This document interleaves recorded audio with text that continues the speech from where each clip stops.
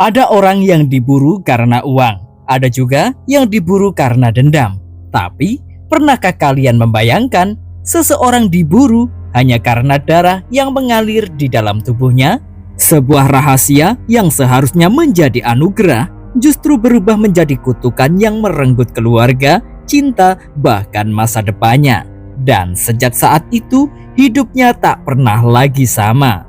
Halo semuanya, selamat datang kembali di Teyuga Channel.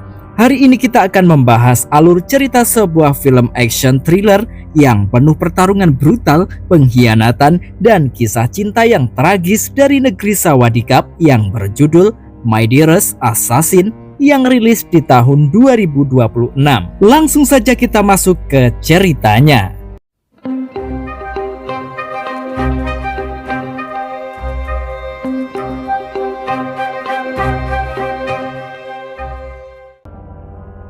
Film dibuka di kota Dubai. Seorang bos besar terlihat sedang berada di ambang kematian.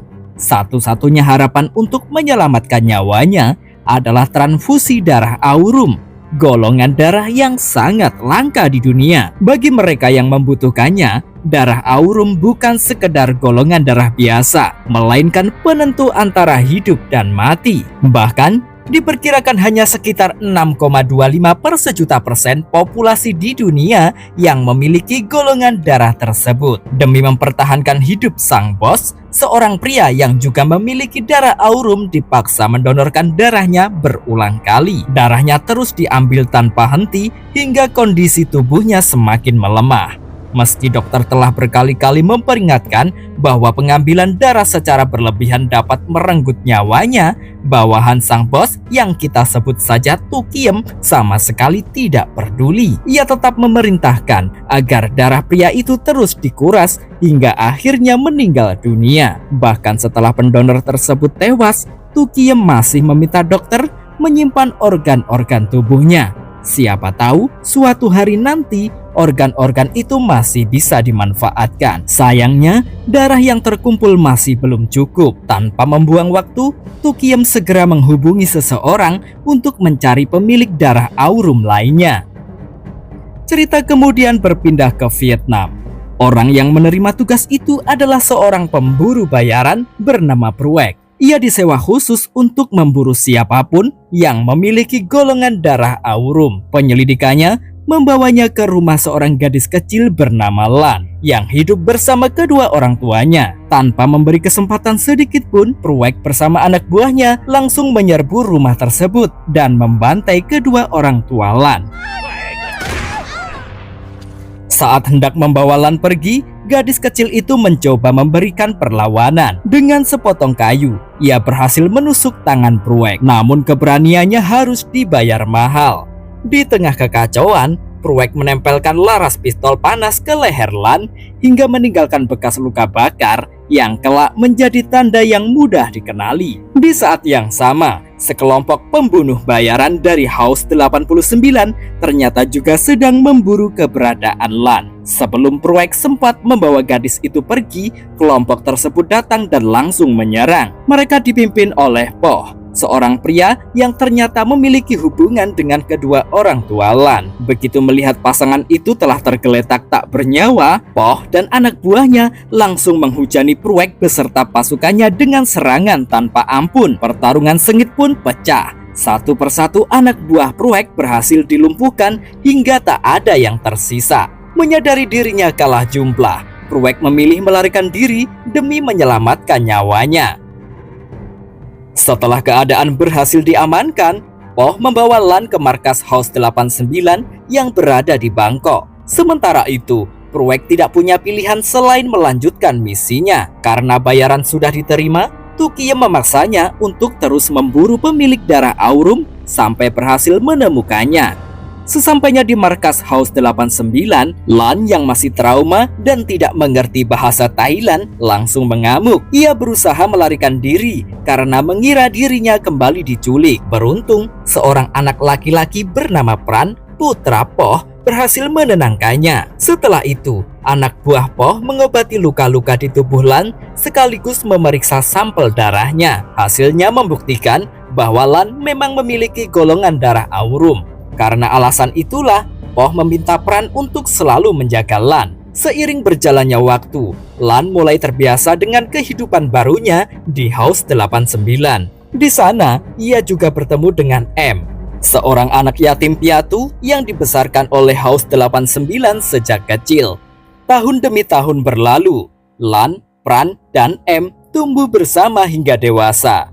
Meski tidak memiliki hubungan darah, kedekatan mereka sudah seperti saudara kandung yang saling menjaga satu sama lain. Sementara itu di tempat lain, Pruek masih terus memburu para pemilik darah Aurum. Pencariannya membawanya ke sebuah desa terpencil di India. Namun, setelah memeriksa satu demi satu penduduk di sana, tak seorang pun memiliki golongan darah yang ia cari. Rasa frustrasi membuat emosinya meledak. Tanpa pikir panjang, ia menembak mati salah seorang anak buahnya sendiri sebagai pelampiasan amarah. Meski pencariannya terus menemui jalan buntu, Pruek tidak bisa menghentikan misinya. Bayaran yang sudah diterimanya memaksanya untuk terus bergerak. Tak lama kemudian, Tukiem kembali menghubunginya dan memerintahkan agar ia kembali ke Vietnam untuk mencari jejak Lan yang selama ini menghilang. Di sisi lain, kehidupan di House 89 terus berjalan seperti biasa. Pran dan Lan menyaksikan M menjalani latihan keras untuk menjadi seorang pembunuh profesional. Namun, setiap kali bertanding, M selalu kesulitan mengalahkan pelatihnya yang bisu. Seolah-olah pria itu mampu membaca setiap gerakan yang akan dilakukan M. Melihat hal tersebut, Pran kemudian memberikan sebuah saran. Ia meminta M mengubah ritme serangannya agar gerakannya tidak mudah ditebak. Saran itu ternyata berhasil. Setelah mengubah pola serangannya, M akhirnya mampu memberikan perlawanan yang jauh lebih baik kepada sang pelatih. Dari sini mulai terlihat bahwa Pran sebenarnya juga memiliki kemampuan bertarung yang luar biasa. Sayangnya, Poh tidak pernah mengizinkannya turun langsung ke lapangan. Sementara itu, tanpa sepengetahuan siapapun, Lan diam-diam memperhatikan setiap sesi latihan. Ia menghafal setiap gerakan, teknik bertahan, hingga cara menyerang lawan. Meski tidak pernah mendapatkan pelatihan secara langsung, Lan terus belajar hanya dengan mengamati. Waktu terus berlalu. Hubungan Lan dan Pran semakin dekat, hingga perlahan tumbuh menjadi rasa cinta. Di sisi lain, M ternyata juga menyimpan perasaan yang sama kepada Lan. Namun ia sadar, hati Lan telah memilih Pran.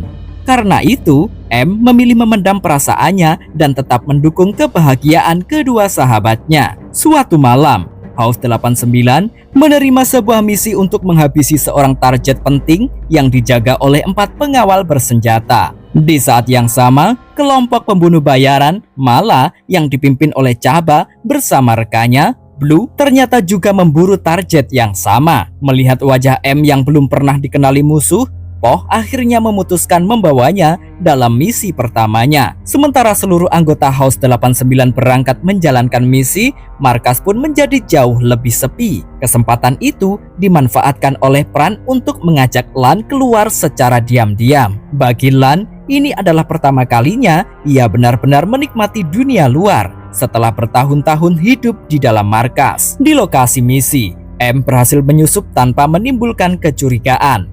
Sebuah instruksi dari Poh, ia mendekati target secara perlahan sebelum akhirnya melancarkan serangan mematikan tepat di titik vital. Target pun tewas seketika.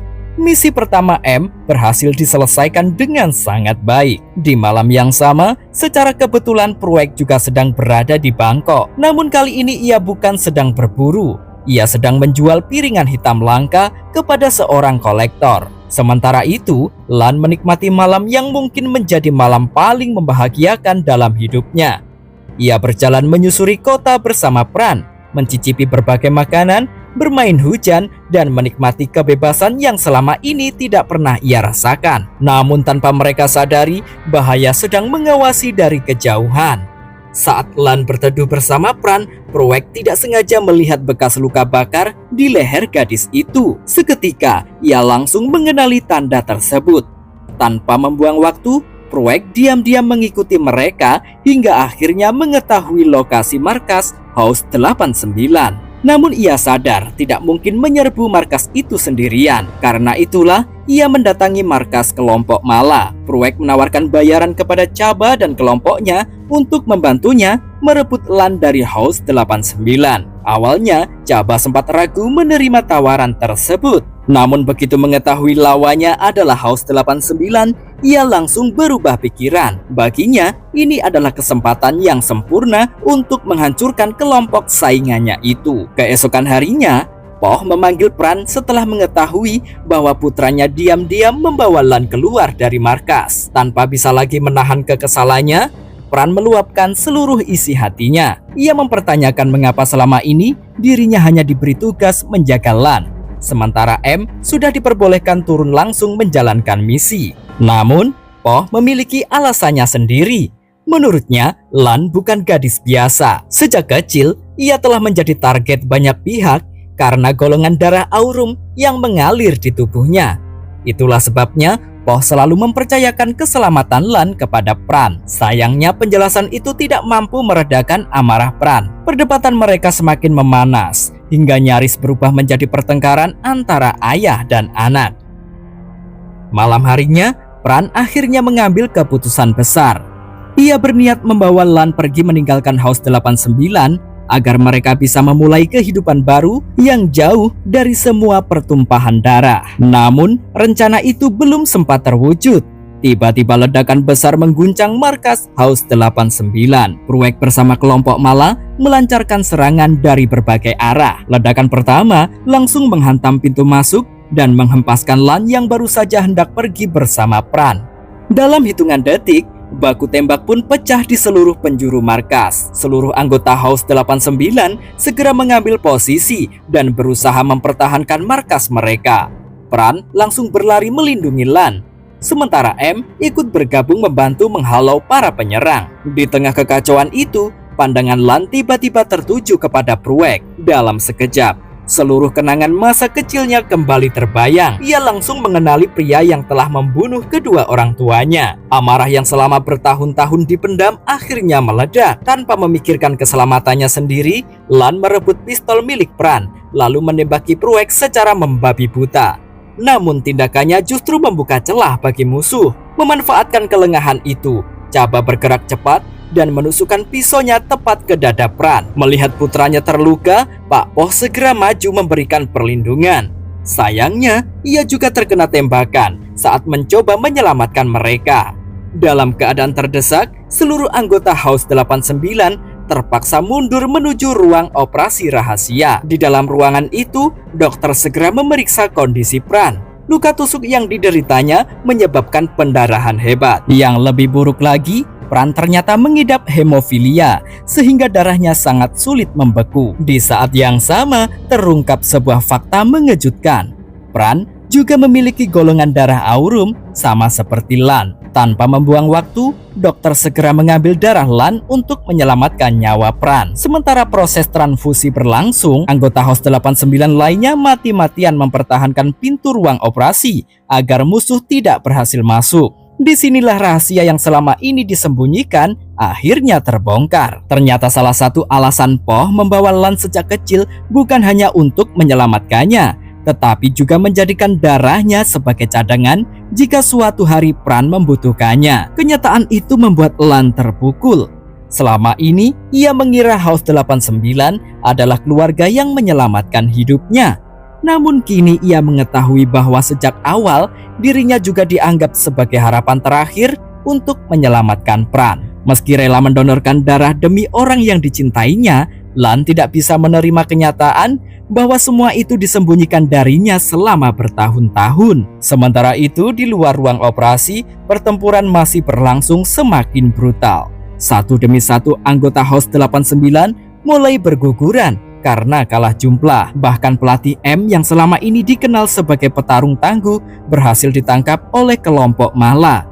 Tubuhnya dijadikan sandera tepat di depan ruang operasi. Mereka berharap Pak Poh keluar untuk menyerahkan diri. Namun karena tidak mendapat jawaban, Chaba menghantam kepala pria itu dengan palu hingga tewas di tempat. Kematian sang pelatih membakar semangat anggota House 89 yang masih bertahan. Mereka segera menyiramkan bensin ke bawah pintu depan ruang operasi, lalu meledakkan tabung gas. Ledakan besar disertai kobaran api langsung melahap beberapa anggota Mala yang berada di depan ruangan. Memanfaatkan kekacauan tersebut, seluruh anggota House 89 akhirnya keluar dari ruang operasi dan kembali melawan. Meski luka di dadanya belum pulih sepenuhnya, Pran tetap memaksa ikut bertarung. Untuk pertama kalinya, ia bertarung berdampingan bersama sang ayah menghadapi musuh.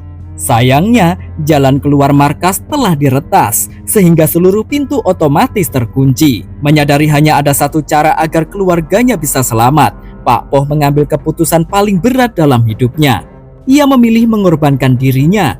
Pak Poh membuka akses pintu secara manual agar Pran, Lan, M, dan anggota House 89 yang tersisa dapat melarikan diri. Meski tubuhnya terus dihujani peluru, ia tetap bertahan hingga sistem pintu berhasil dibuka. Sebelum menghembuskan nafas terakhir, Pak Poh sempat mengaktifkan bom yang telah dipasang di markas.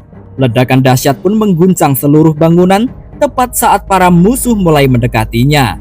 Pran berusaha kembali untuk menyelamatkan sang ayah, namun rekan-rekannya menahan Pran dan memaksanya pergi demi keselamatan semua orang. Akhirnya, hanya segelintir anggota House 89 yang berhasil lolos dari markas tersebut. Mereka memang selamat, tetapi harus kehilangan rumah, keluarga, dan sosok pemimpin yang selama ini mereka hormati. Di sisi lain, Pruek semakin murka. Lan dan Pran, dua pemilik darah Aurum yang menjadi target utamanya, kembali berhasil meloloskan diri. Setelah berhasil melarikan diri, para penyintas House 89 akhirnya bersembunyi di sebuah gedung tua yang sudah lama terbengkalai. Tempat itu memang jauh dari kata aman, tetapi untuk sementara menjadi satu-satunya lokasi yang bisa mereka gunakan untuk beristirahat. Di tengah suasana yang dipenuhi duka, Lan justru merasa dirinya adalah penyebab dari semua tragedi yang terjadi. Karena darah Aurum yang mengalir di tubuhnya, begitu banyak yang telah kehilangan nyawa.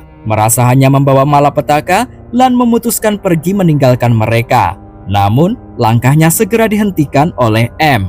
Dengan tulus, M meyakinkan Lan bahwa tidak seorang pun di House 89 pernah menganggapnya sebagai beban. Mereka semua sudah menganggap Lan sebagai keluarga. Setelah mendengar penjelasan tentang rahasia darah Aurum, Lan akhirnya mengungkapkan isi hatinya. Ia merasa selama ini hanya dijadikan cadangan darah untuk menyelamatkan Pran. Mendengar ucapan itu, M langsung membantah. Ia menjelaskan bahwa dirinya maupun Pran sama sekali tidak mengetahui alasan sebenarnya Poh membawa Lan ke House 89.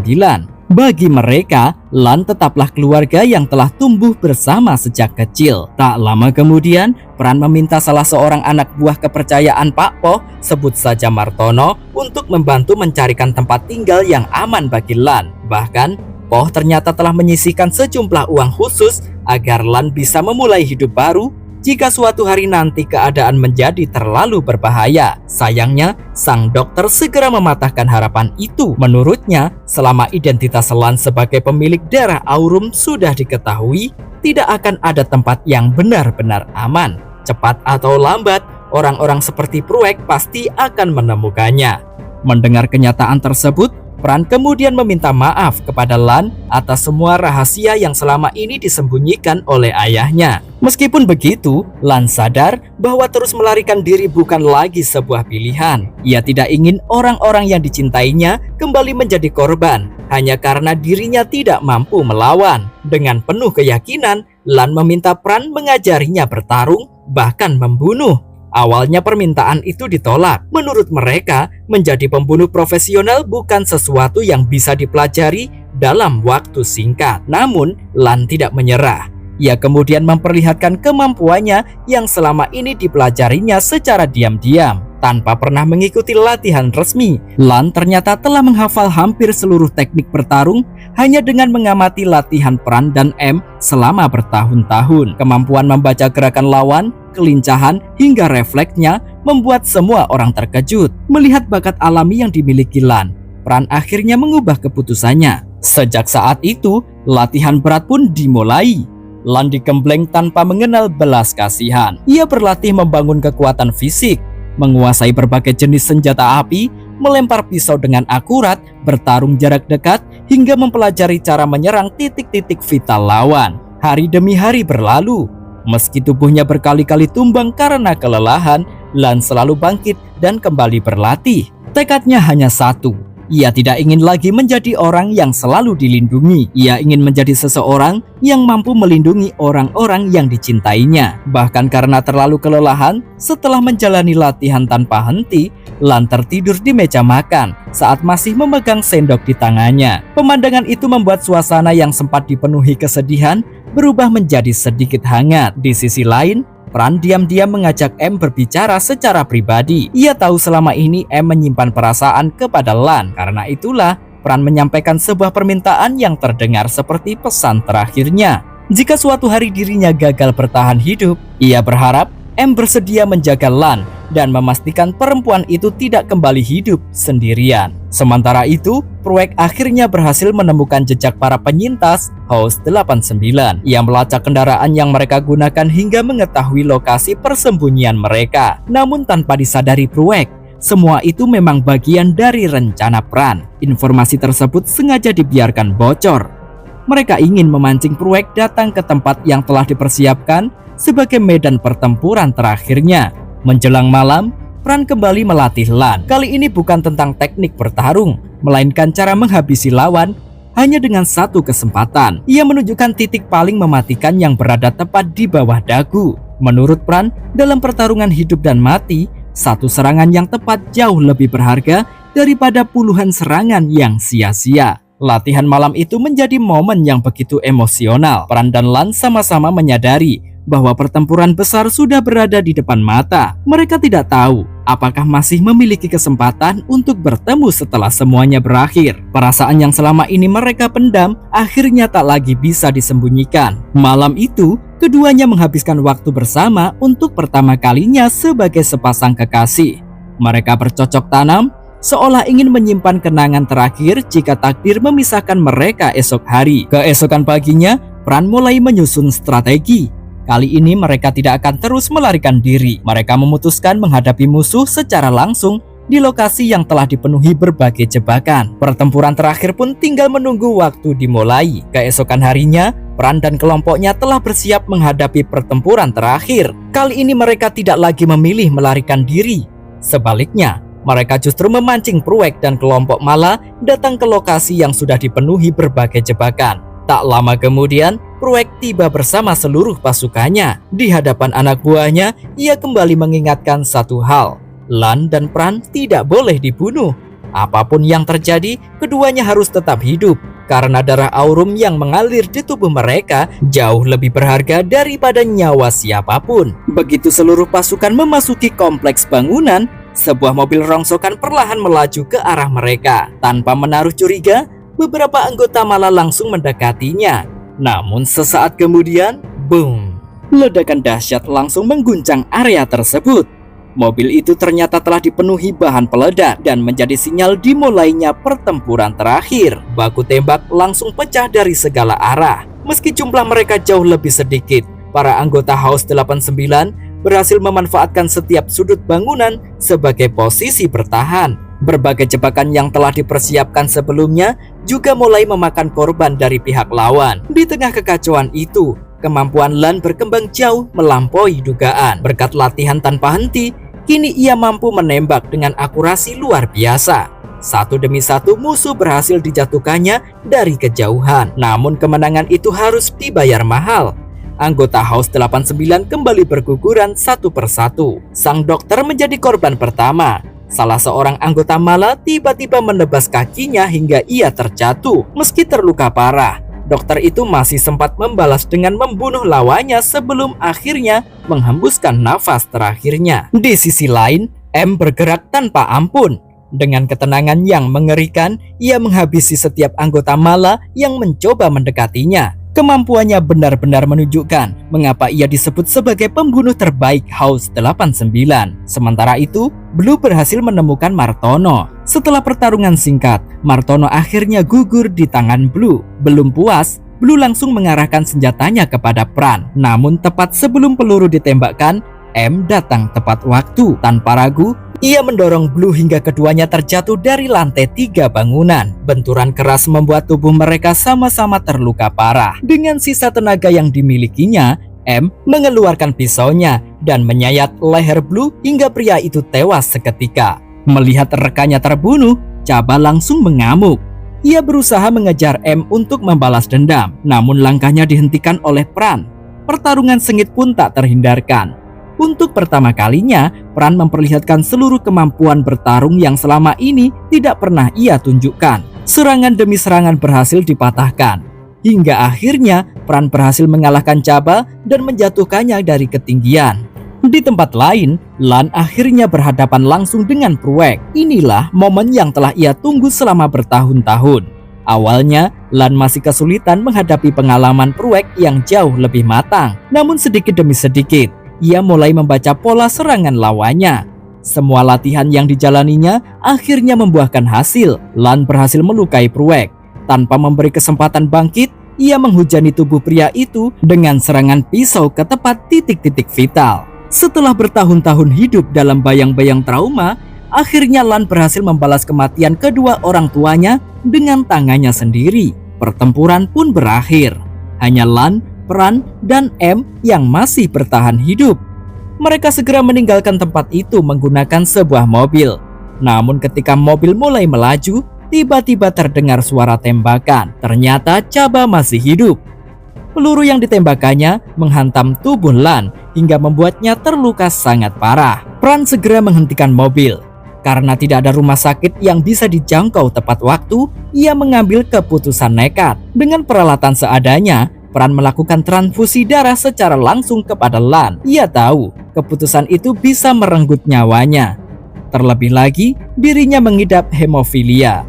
Namun demi menyelamatkan perempuan yang dicintainya, Pran tetap melanjutkan transfusi tersebut. Di saat yang sama, Chaba kembali berhasil menemukan mereka. Menyadari Pran tidak mungkin menghentikan proses transfusi, M memilih turun dari mobil untuk menghadapi Chaba seorang diri. Pertarungan terakhir mereka berlangsung sangat brutal. Tubuh M berkali-kali terkena sabetan senjata, namun ia terus melawan hingga tetes darah terakhir. Pada akhirnya, M dan Chaba saling memberikan serangan terakhir yang membuat keduanya tewas di tempat. Di dalam mobil, darah Pran terus mengalir ke tubuh Lan. Wajahnya semakin pucat, nafasnya semakin melemah. Lan yang mulai sadar perlahan membuka matanya. Ia melihat Pran menggenggam tangannya.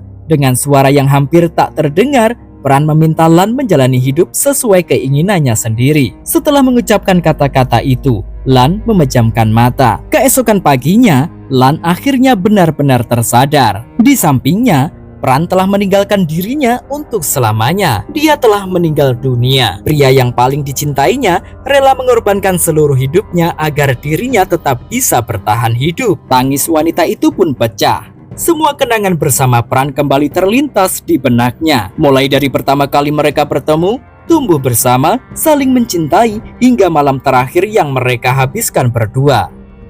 Beberapa tahun kemudian, Lan memutuskan kembali ke Vietnam. Di sana, ia membesarkan seorang putra yang merupakan buah cintanya dengan Pran. Anak itu juga mewarisi golongan darah Aurum. Menyadari suatu hari nanti putranya mungkin akan menjadi target orang-orang yang mengincar darah tersebut, Lan mulai melatihnya bertarung sejak masih kecil. Sementara itu, Pruek ternyata belum benar-benar mati. Ia berhasil bertahan hidup dan kembali menjalani pekerjaannya sebagai pemburu barang-barang langka. Di suatu malam, seseorang mengundangnya untuk melakukan sebuah transaksi. Saat koper di hadapannya dibuka, ia terkejut melihat pistol lamanya berada di dalamnya. Belum sempat bereaksi, orang yang ada di hadapannya adalah Lan. Kini ia bukan lagi gadis kecil yang terus melarikan diri. Ia telah berubah menjadi seorang asasin yang dingin dan mematikan.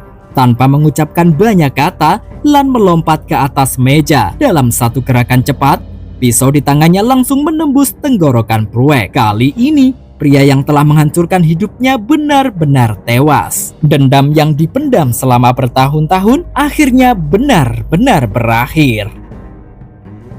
Itulah akhir kisah perjalanan Lan, wanita pemilik darah langka dalam film My Dearest Assassin. Pada akhirnya, tidak semua luka bisa disembuhkan, dan tidak semua pengorbanan berakhir dengan kebahagiaan. Lan memang berhasil mengakhiri dendamnya, tetapi harga yang harus ia bayar adalah kehilangan orang-orang yang paling berarti dalam hidupnya. Kalau kalian berada di posisi Lan, apakah kalian akan memilih balas dendam atau meninggalkan semua masa lalu dan memulai hidup baru? Tulis pendapat kalian di kolom komentar. Jika kalian menikmati video ini, jangan lupa tinggalkan like, subrek, dan aktifkan lonceng notifikasi agar tidak ketinggalan alur film seru lainnya. Saya pamit undur diri, sampai jumpa di video berikutnya, hanya di The Yuga Channel.